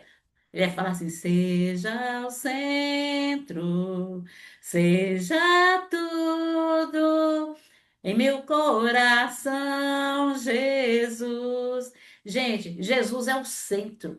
Ele é o centro de todas as coisas. Então, o discipulador é aquele que ajuda o outro a seguir Jesus de perto. O discipulador, ele aproxima as pessoas de Cristo. O discipulador, ele mostra, sabe? Ele mostra, ele é o guia, ele mostra o caminho, ele mostra quem é o Cristo. Ele não é o centro do discipulado, Cristo é. O discipulador é apenas um instrumento, um guia, um exemplo vivo do que significa ser discípulo. Por que eu sou apaixonada por discipulado? Porque eu tive uma vida totalmente destruída. Me casei com 15 anos, tive meu casamento todo destruído, com uma mulher mais velha do que eu, 30 anos, em 30 anos, sabe? Tive assim, minha vida foi totalmente arrasada, emocionalmente, em todas as áreas. Quando eu me converti, tinha um casal que morava perto da minha casa e eles pagaram o preço pela minha vida, para me levar aos pés de Cristo. E eu passei por todo esse processo. Eu vi o despertar do amor de Deus em minha vida, em meu coração. O processo foi doloroso, o processo foi, sabe, profundo demais, foi longo, mas eu passei a amar o processo, porque eu passei a conhecer o Senhor do processo. O Senhor que estava comigo lado a lado, de mãos dadas comigo no processo. Mas tiveram pessoas especiais, sabe? Pessoas que se doaram, que se deram para cuidar de mim. De uma senhora de 70 e poucos anos perto aqui de casa, que, sabe o que eu fazia? Ela fazia crochê. Quantas vezes eu dormi no chão, na almofada, com a metade dos pés na cadeira dela e ouvindo ela ministrar sobre mim. Eu abri o coração, contava a minha vida, ela ministrava sobre mim. Entendeu? Quantas pessoas foram porta-vozes de Deus, foram instrumentos de Deus para moldar a minha vida, foram guia, foram um exemplo vivo de vida com Deus. A primeira vez que essa senhorinha me viu, eu estava com short muito curto, eu tinha umas pernonas, eu estava com short muito curto, ela olhou para mim no meio da rua, sabe o que ela me disse? Toma vergonha na sua cara. Vai vestir uma roupa, moça. Você é uma menina tão bonita, devia servir a Deus. Que coisa feia. Seu corpo não para ser mostrado, não. Eu falei, mas que mulher ousada é essa, viu? Como é que a mulher fala isso comigo? Depois ela me chamou, outro dia ela passando, vamos para a igreja comigo? Eu falei, eu não vou para a igreja com a senhora, não. Olha como a senhora me trata. Ela disse: Minha filha, você precisa ser sacudida para você entender que seu corpo é templo do Espírito Santo. Você não foi criada para você viver uma vida devassa. E começou a ministrar sobre mim e me confrontar. Eu vi o que Deus fez na minha vida através da vida dessa mulher, através da vida do casal que morava perto daqui na minha casa, que são um homem e uma mulher de Deus, são pastores. E são pessoas assim, foram usados por Deus para nos lapidar, não foi, Mar? Nós tínhamos encontros poderosos na casa dela. Marlene, a mãe de Verdade. Marlene. Ô, tempo bom, gente. Não foi, Marlene? Foi um tempo muito bom que a gente estudava a palavra, que a gente andava junto. Hoje todo mundo não tem, é só correria. É, e ela investia na vida da gente, não era? Então, qual é a Era. definição de discipulado? O discipulador é um discípulo maduro que caminha com outros para que eles também se tornem discípulos de Jesus. Então, quem é o discipulador? Ele é um discípulo maduro, não é uma pessoa perfeita. A gente precisa se lembrar disso, que ele não é uma pessoa perfeita, é uma pessoa mais madura, que teve sua vida destruída, que teve sua vida provada, mas teve sua vida lapidada, forjada, restaurada. Então, entende, alcançou a maturidade, entende o processo e é capacitado por Deus para forjar a vida do outro, né? A gente precisa entender isso. Não somos perfeitos, não. Não estamos aqui, não somos donos do saber, detentores do saber, mas somos pessoas que fomos lapidados e forjados ao longo da vida, da jornada da vida cristã, né? E Deus usou pessoas preciosas para nos conduzir como guias. E a mesma coisa nós procuramos ser. Então a definição é essa: é um discípulo maduro que caminha com outros para que eles também se tornem discípulos de Jesus. E para que o outro se torne discípulo de Jesus, você precisa carregar no seu corpo as marcas de Cristo, as características de Jesus. Por quê? O discípulo, ele olha para você, ele te observa o tempo todo, o seu falar, o seu agir, né? Sua maneira de viver, o seu comportamento, ações e reações. Ele observa o tempo todo. Ele não forma discípulos para si mesmo. Olha, isso fala de manipulação. A gente precisa ter muito cuidado com manipulação. Ele não forma discípulos para si mesmo, mas para Cristo. Eu estou lapidando as pessoas para quem? Para mim, não. É para Jesus. O maior prazer do discipulador é quando ele olha e vê uma pessoa crescendo, sabe? Em maturidade, crescendo em graça, né? A gente fica feliz da vida. A gente tem que entender sempre, eu não estou formando discípulos para mim, mas estou formando discípulos para Cristo. Olha o que é que Paulo diz, ó, sede meus imitadores, como também eu sou de Cristo. Paulo está falando assim, não imita a mim não, imita o Cristo que há em mim. Imite o Cristo que há em mim. Será que eu posso? Será que a gente pode dizer isso para alguém? Imite o Cristo que há em mim. Imite ele na minha vida. Imite o Cristo que há em mim. Sede meus imitadores, como também eu sou de Cristo. Base bíblica do discipulador. Qual é a base bíblica para o discipulador? Vamos ver Marcos 3. Alguém abre aí Marcos 3. 2 Timóteo nós já lemos, né, gente? As primeiras letras aí. 2 Timóteo 2:2. Vamos ler Marcos 3, de 3 a 15. Fala assim: Jesus foi o modelo supremo de discipulador. Ele chamou, ensinou, corrigiu, amou e enviou seus discípulos. Vamos ver Marcos 3, de 13 a 15. Marcos.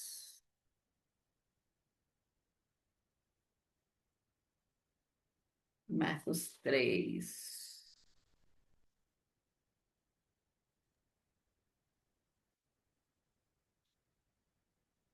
E Marcos subiu 3. ao monte e chamou para si os que ele quis, e vieram a ele. E numerou 12 para que estivessem com ele e os mandassem a pregar, e para que tivessem o poder de curar as enfermidades e expulsar os demônios. Amém. Isso era o discipulado direto, né? Jesus, ele chamou, né? Ele trouxe para si, subiu ao monte e chamou os que ele mesmo quis. Sabe o que quer dizer isso? Ele escolheu. Gente, meu discipulado, meu curso de bacharel em teologia pelo CETEBISBA, meu TCC foi sobre discipulado. E esse texto eu trabalhei ele muito, profundamente, esse texto. Depois que ele subiu ao monte e chamou os que ele mesmo quis. Ele está falando que Jesus fez uma seleção, né? Ele fez uma seleção daqueles que ele quis. Como ele trouxe eles para eles serem o quê? Para eles serem lapidados, forjados, para serem discipuladores. Ele chamou, ensinou, corrigiu, amou e enviou os seus discípulos. Então, para que as pessoas sejam enviadas, elas precisam ser lapidadas, elas precisam ser forjadas. Designou 12 para estarem com ele, para enviar a pregar e a exercer autoridade e expelir demônios. Então, ele fez todo o preparo, toda a capacitação na vida dos discípulos. Ele os chamou para si, para perto de si. E o discipulado é isso: é você lado a lado caminhar para ensinar, para corrigir, para amar e para enviar depois. O enviar, a gente fala sobre multiplicação, né? A gente envia, multiplica. Paulo discipulou Timóteo, Tito e muitos outros. Lemos aí Timóteo 2:2, 2 Timóteo 2:2, que nós lemos nesse instante, não foi? Segundo a Timóteo, mas vamos falar outra vez aqui, para a gente deixar isso bem claro. Segunda Timóteo, foi 2:2 ou 3, gente? Foi 2:2. E os que da minha parte ouviste através de muitas testemunhas, isso mesmo transmite a homens fiéis e também idôneos para instruir a outros. Então, quem foi que discipulou Timóteo? Foi Paulo. E discipulou Tito também, né? E muitos outros. Barnabé era o seu nome, Barnabé, natural de Chipre, também chamado de José, da Consolação. Não é, gente? Barnabé discipulou Paulo no início do seu ministério. Atos 9:27. Vamos ver lá? Barnabé também. Era o seu nome, Barnabé, natural de Chipre, também chamado de a consolação, homem bom e piedoso, cheio de temor e fé, homem de Deus. 9:27. Gente, eu acho essa história. Ai, ai, 9:27. Vamos aí, quem gostaria de ler? Então Barnabé, tomando consigo, o trouxe ao apóstolos. E lhes contou como no caminho ele vira ao Senhor. E este lhes falara, e como em Damasco falaram ousadamente o nome de Jesus. Só 27, né? São 27. Uhum. Ele vira o Senhor no caminho, andou lado a lado com ele, né? E que este lhe falara, como em Damasco pregara ousadamente em nome de Jesus. Barnabé discipulou Paulo. Tendo chegado a Jerusalém, não, não, não, não, não. Mas Barnabé, tomando consigo, levou aos apóstolos. Tomou Paulo consigo, levou aos apóstolos. Paulo foi. Às vezes as pessoas, ó, quando a gente estuda sobre a vida de Paulo, às vezes as pessoas pensam, sabe, que Paulo caiu do animal ali, que eu não sei nem se foi cavalo, que a Bíblia não fala, no caminho de Damasco, teve um encontro com Cristo. Às vezes as pessoas pensam que Paulo saiu dali, ele foi rapidinho fazer a obra, né? A missão. Não foi, não. Paulo, ele caiu ali no caminho de Damasco, teve encontro com o Senhor, lembra? Paulo, Paulo, por que me persegues? Lembra? Aí ele disse: quem és tu? Eu sou o Cristo que tu me persegues. Aí começou o diálogo. Depois daquele evento ali, daquele encontro ali, Paulo voltou para onde? Para Damasco, voltou para o início. E ele foi para onde? Ele foi ser discipulado, ele foi ser treinado. Ele passou um tempo nas tendas sendo treinado, sendo discipulado, para depois iniciar o seu ministério. E Barnabé estava na direção, né? Barnabé era o instrumento usado por Deus para esse discipulado. Portanto, o discipulador é alguém que investe tempo, amor e ensino na vida de outro crente. Se você quer ser um discipulador, você precisa entender que você tem que investir tempo, e não é fácil, mas é possível. Você precisa ser uma pessoa muito bem organizada, você precisa ter o coração cheio de amor e muita paciência, porque ninguém forja ninguém da noite para o dia, é uma jornada, né? É um processo, e assim como nós estamos trilhando a jornada e também passamos por um processo, há aqueles também que passam pelo mesmo processo e até com dores maiores, com dificuldades maiores. Tem que ter amor, o tempo, amor e ensino na vida de outro crente. E para você ensinar, você tem que aprender. Então, o discipulador, ele tem que ser uma pessoa que vive constantemente estudando, aprendendo. Além de estudar, precisa estar constantemente conectado com Cristo, através da vida de oração. Lembra do tripé que eu falei? Oração, palavra, e não esquecemos, não podemos esquecer do jejum, que tem pessoas que vêm para nós podermos discipular, que são pessoas que são presas, né? Pessoas que têm, sabe, assim, castas de demônios, pessoas que outra coisa que nós precisamos muito quando vamos discipular é de discernimento espiritual. Gente, as pessoas pedem tantos dons ao Senhor, e o principal de todos, que eu acho que não que os outros sejam menos importantes, não é isso. O dom de discernimento, ele é imprescindível, gente, é necessário na vida do crente, na vida do discipulador, então, é necessário, viu? Porque vai ajudar e muito. As funções do discipulador. O discipulador, ele tem uma função de ensinar. Ele transmite a palavra de Deus com fidelidade e simplicidade. Vamos ver aí? Mateus 28, 20, olha o que é que diz aí. Ensinando o quê? A guardar o quê? Todas as coisas que eu vos tenho ensinado. Então, ele transmite a palavra de Deus. Ele ensina, né? E com simplicidade. Eu falo que não precisa de um vocabulário rebuscado, não precisa disso. Precisa de fidelidade à palavra, de conhecimento profundo da palavra, vida de oração. Ô, gente, quando nós temos vida de oração, vida de busca da presença de Deus, vocês já perceberam isso? Você pega um pequeno texto, um versículo, quando você começa a compartilhar, aquilo flui, gente. Aquilo flui de uma forma tão linda, tão poderosa, e encontra guarida no coração das pessoas. Sabe por quê? Porque o rema de Deus vai direitinho, sabe, como uma flecha afiada no coração da pessoa, vai em cima do alvo. Sabe o que quer dizer isso? É que a pessoa tem uma vida de oração, uma vida de intimidade. Porque não adianta nada eu ter uma bagagem boa de conhecimento teológico, de conhecimento bíblico, sabe? Ter um leque aberto na minha cabeça se eu não tenho vida com Deus. Eu costumo dizer e volto a bater nessa tecla, que o tempero do conteúdo sabe o que é? É a unção. É a unção. Eu posso ter a bagagem que for, mas se eu não tiver unção, não vai fazer sentido. Entendeu? A unção que vem do santo, a unção que vem do céu, que é liberar aquele tempero, que quando você abre a boca para ministrar, coisas miraculosas acontecem na vida do outro. A gente precisa aprender isso, a gente precisa entender isso. Então, uma das funções do discipulador é ensinar, é transmitir a palavra de Deus com fidelidade.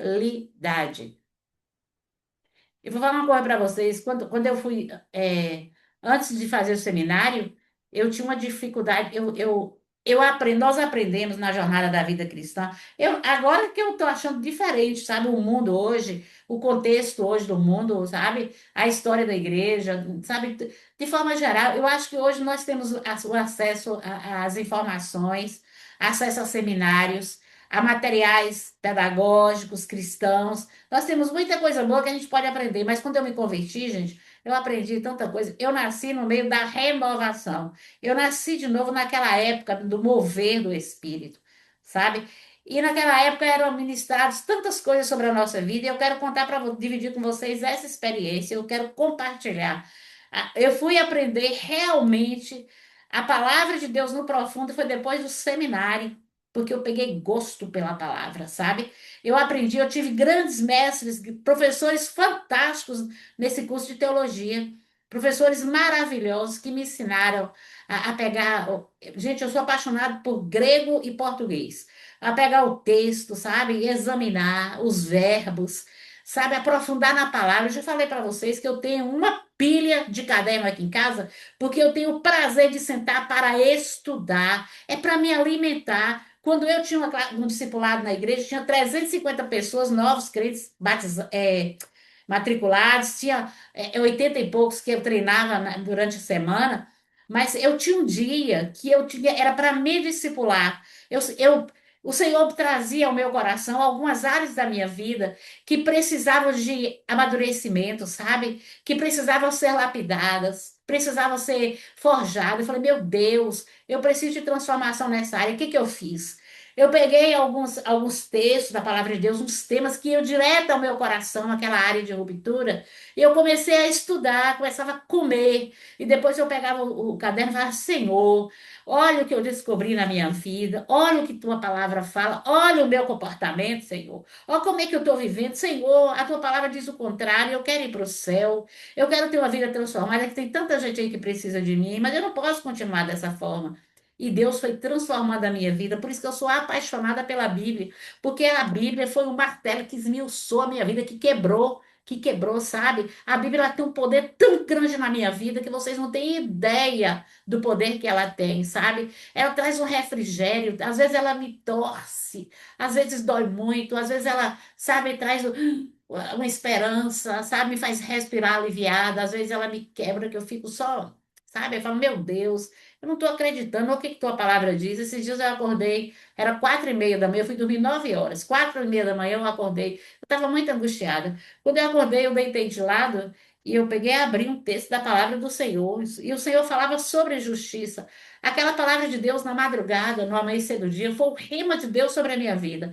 Quando eu não estava aguentando pisar no chão, eu estava com a glicose muito alta, eu não estava aguentando respirar, dor no meio das costas, eu sentei na cama e li essa palavra e falei, Deus, sabe de uma coisa? Eu creio que tua palavra diz, eu vou descansar nesta palavra que o Senhor acabou de me dar agora.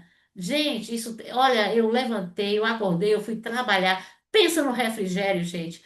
Pensa na calma, pensa no controle emocional. Sabe como é que é o nome disso? É o rema de Deus, que vai de encontro com o seu coração no seu momento de necessidade. Vamos ver aqui, vamos falar de exemplo. O discipulador também tem que ser um exemplo.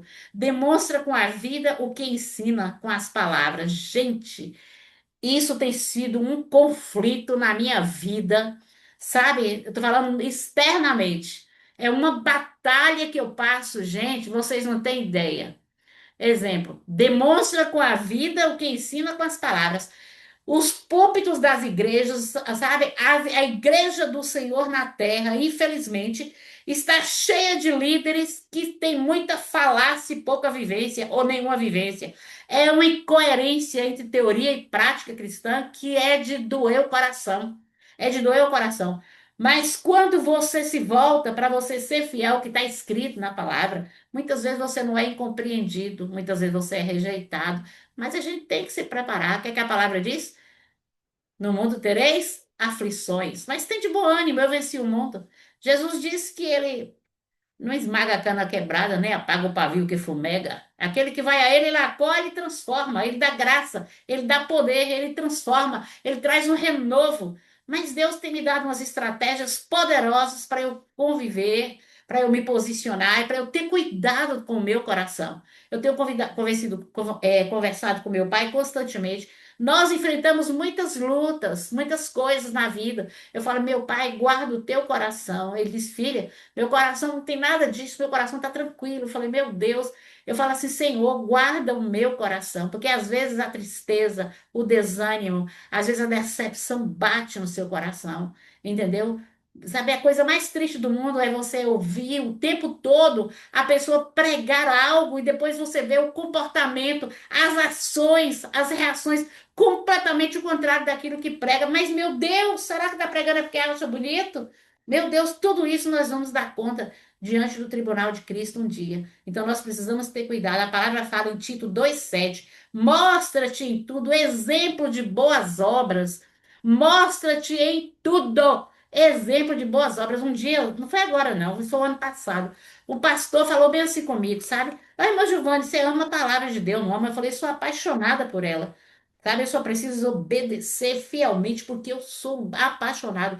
Ele disse, mas não precisa não precisa você levar tudo ao pé da letra, não, irmã. Não precisa você obedecer tudo, não. Eu falei, isso aí é conselho para você. Agora, para mim, não, não me dê esse conselho, não. Não me dê esse conselho, não. Jesus vai voltar, ele vai me encontrar lutando para viver o que ele deixou. Ele vai me encontrar lutando para ser cristã autêntica. Ele vai me encontrar clamando para viver a palavra. Porque a palavra do Senhor diz que nós não podemos ser ouvintes só, não.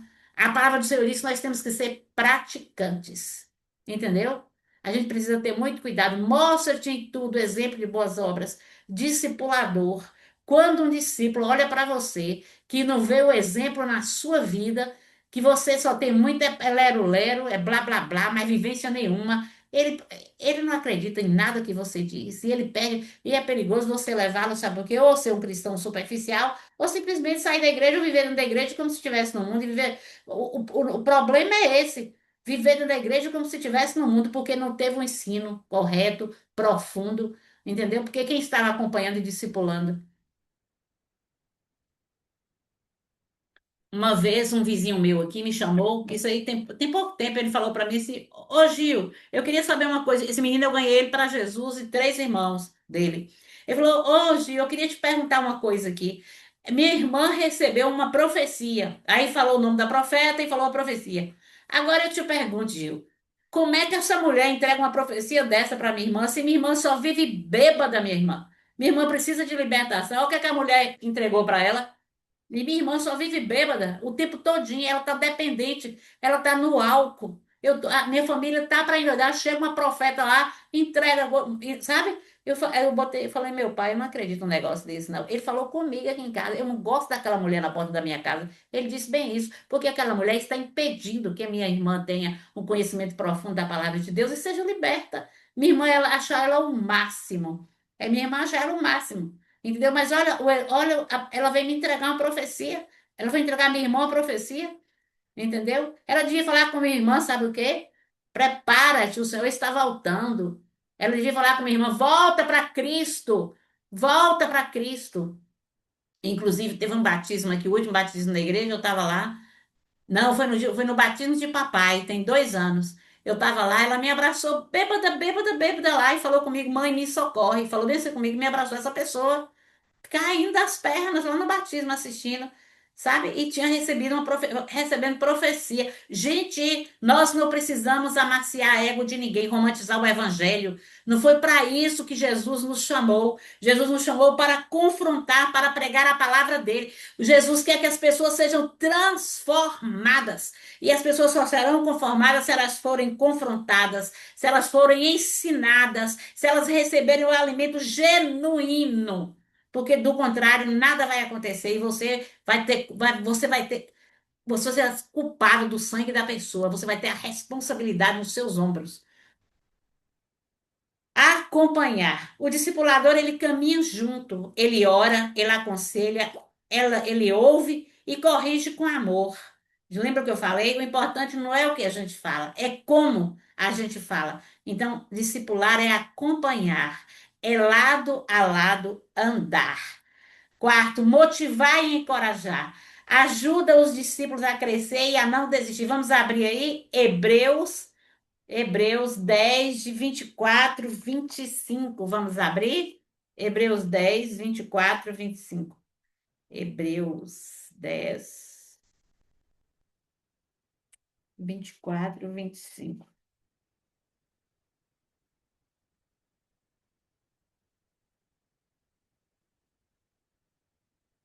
motivar e encorajar. Ajuda o discípulo a crescer e a não desistir. Consideremos-nos também uns aos outros para nos estimularmos ao amor e às boas obras. Não deixemos de congregar, como é de costume de alguns. Antes façamos admoestações e tanto quanto vedes que o dia se aproxima, né? Consolar é motivar a pessoa a não desistir, a congregar, estimular ao amor e às boas obras.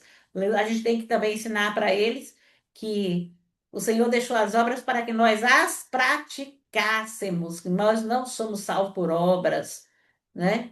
Nós temos que ensiná-los também essas questões aí. Hebreus 10, 24, 25. Considerar uns aos outros. O que é considerar, é amar, é ter respeito, né? É dar primazia para o outro, é considerar uns aos outros.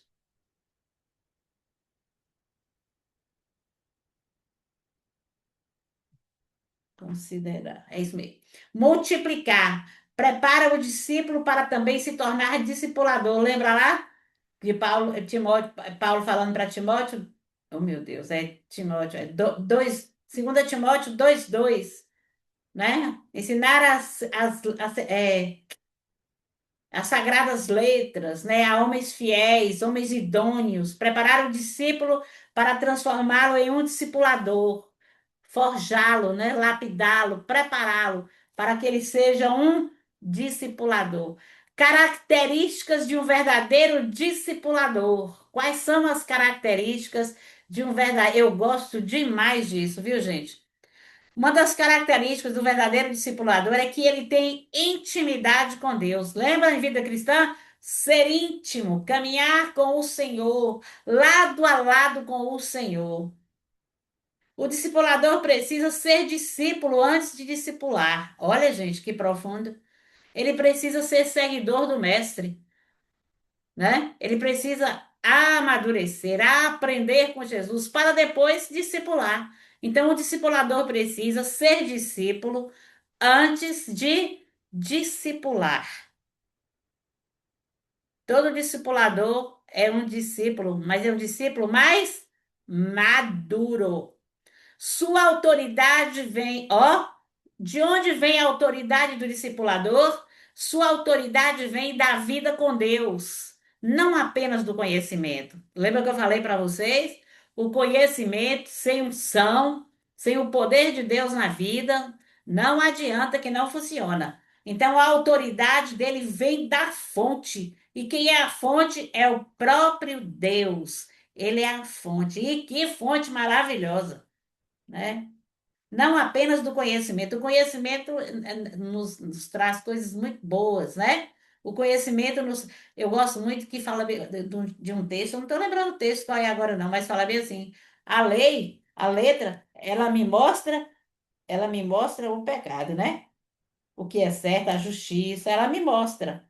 Mas a graça, o poder de Deus me faz desfrutar, sabe? Me faz desfrutar dessa graça, dessa unção, dessa vida com Deus, sabe? Do sobrenatural, da presença. Não tem coisa melhor. A letra me mostrou a lei. A letra me mostrou a lei, mas a graça me mostrou o perdão, a reconciliação. Sua autoridade vem da vida com Deus, não apenas do conhecimento. Olha como é que a palavra diz, João 15:4. Permanecei em mim e eu permanecerei em vós. O que é permanecer? Eu já trabalhei isso com vocês, lá em Vida Cristã. Permanecer, coladinho no Senhor. Permanecer em mim. Olha, se você permanecer nele, ele vai permanecer em você. Permanecer é você habitar, é você ficar. É você estar envolvido, envolvido, envolvido no profundo. E eu permanecerei em vós. E todo o poder que você precisa, como discipulador, como liderador, como tudo na vida, o poder que você precisa emana dele, vem dele. O poder que você precisa vem dele. Então é necessário que nós permaneçamos nele. Amor pelas pessoas é uma outra característica. O discipulador ama o discípulo como Jesus amou os seus. Gente, eu acho a coisa mais linda do mundo é esse João 13. Oh, mas esse texto é lindo demais. Nisto conhecerão que sois meus discípulos, se tiverdes amor uns pelos outros. Ó, isso, isso é o indicativo de um discípulo, né? É se nós tivermos amor uns pelos outros. Então, o discipulador, ele ama o discípulo como Jesus amou os seus. Amor pelas pessoas. João 13, deixa eu ver algo aqui em João 13. Eu não sei se é essa carta aqui deixa eu ver aqui uma coisa. João 13, não é isso aqui não. Sabe qual é o texto da Bíblia? Acho que é em João mesmo, que eu choro muito quando eu leio a oração de Jesus por seus discípulos, gente. Ô, gente, é essa oração aqui, ó. A oração sacerdotal, gente. Ô, gente, eu vou falar uma coisa para vocês aqui, que não tem uma vez que eu leio isso aqui que eu não chore. Eu posso ler, sabe? Eu choro porque eu acho tão comovente, sabe? É o amor no sentido mais profundo da palavra, sabe? Ele pedindo ao Senhor para nos guardar. Nossa, é lindo demais. Amor pelas pessoas, pode passar aí. Paciência e perseverança, outra característica do discipulador. O crescimento espiritual leva tempo. O discipulador caminha com paciência. Nós precisamos entender que é assim como nós passamos por uma longa jornada, né? O outro também vai passar por essa mesma jornada, porque o crescimento espiritual leva tempo. O discipulador tem que entender que ele precisa caminhar lado a lado com o discípulo com paciência. Gálatas 6:2 diz: carregai as cargas uns dos outros, levai as cargas uns dos outros em amor. Levar carga, gente, tem que ter paciência. Então, o discipulador ele precisa ser essa pessoa paciente. Porque se não for paciente, não tem como discipular. Sabe por quê? Porque eu fico pensando assim, a quantidade de vezes que eu falhei na mesma área, já pensou se as pessoas que me discipulavam, que me acompanhavam, que me mentoreavam, me deixassem pelo caminho, fossem pacientes, desistissem de mim por causa das minhas quedas, por causa das minhas dificuldades, das minhas negligências? Já pensou onde é que eu estaria hoje? Se eles tivessem me abandonado, se eles não tivessem tido paciência comigo? Já pensou? Então, nós temos que aprender a carregar as cargas uns dos outros em amor. Quarto, humildade. O discipulador ele precisa ser humilde. Ele reconhece que é servo, não dono do discípulo. Eu estou aqui para te servir. Não é para ser dono, porque dono ele quer a possessão, ele quer manipular e não funciona. A gente sabe que quem é o, como é que diz, meu Deus? Senhor significa o quê? Quando a gente pensa assim, ó, o Senhor, quando fala a palavra El Shaddai, Senhor Todo-Poderoso, o contraste entre Senhor e Baal. Baal é uma sigla que significa possuidor. O Senhor, ele é longânimo, ele é paciente, ele é nutridor, ele é supridor, né? Ele é tudo na vida, né, do seu servo. Ele reconhece que é servo, não dono do discípulo. Dono é aquele que possui, aquele que manipula. Quando eu falei de Baal, é porque Baal ele é é um principado, uma potestade. Baal, Benemote, Asmodeus, Astarote, Leviatã. Ele traz para perto, ele possui, ele escraviza, né? Ele manipula, né? A gente sabe que a gente precisa ter muito cuidado com isso, né? A gente precisa entender que nós não estamos formando, forjando pessoas para nos atender. Nós estamos ali para servir, para lapidar para a glória de Deus e para a edificação do corpo de Cristo. Marcos 9:35 diz: quem quiser ser o primeiro, seja servo de todos. Exemplo de vida. O discipulador também tem que ser um exemplo de vida. Mas como assim, irmã Giovanni? É na pregação, na vida, no cotidiano. Porque sua vida é a maior pregação. Olha o que aqui diz a palavra. Sede exemplo dos fiéis na palavra, no procedimento, no amor, na fé e na pureza. 1 Timóteo 4,12. Então, ele tem que ser também um exemplo de vida. Sua vida é a maior pregação. A vida do discipulador é a sua maior pregação. Já pensou? Será que as pessoas podem olhar para a sua vida e falar: olha, ali vai um homem ou uma mulher de Deus, vai um servo de Cristo? Será que elas podem fazer isso? O que é que vocês acham, gente? Fica aí a reflexão para você. O discipulador, ele precisa ser um exemplo de vida. 6, disponibilidade. Hoje em dia ninguém está disponível, né? Ninguém quer estar disponível.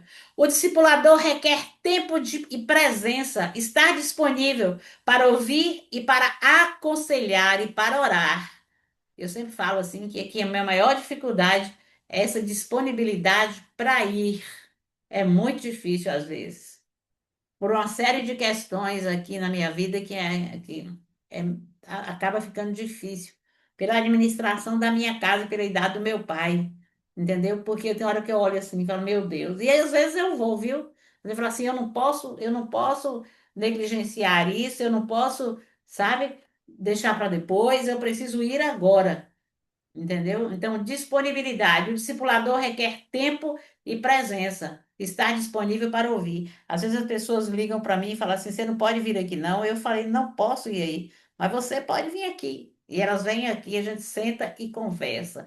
Fidelidade à palavra também. Ela ensina o que a Bíblia diz, não o que pensa ou sente. Vixe, isso é importante demais.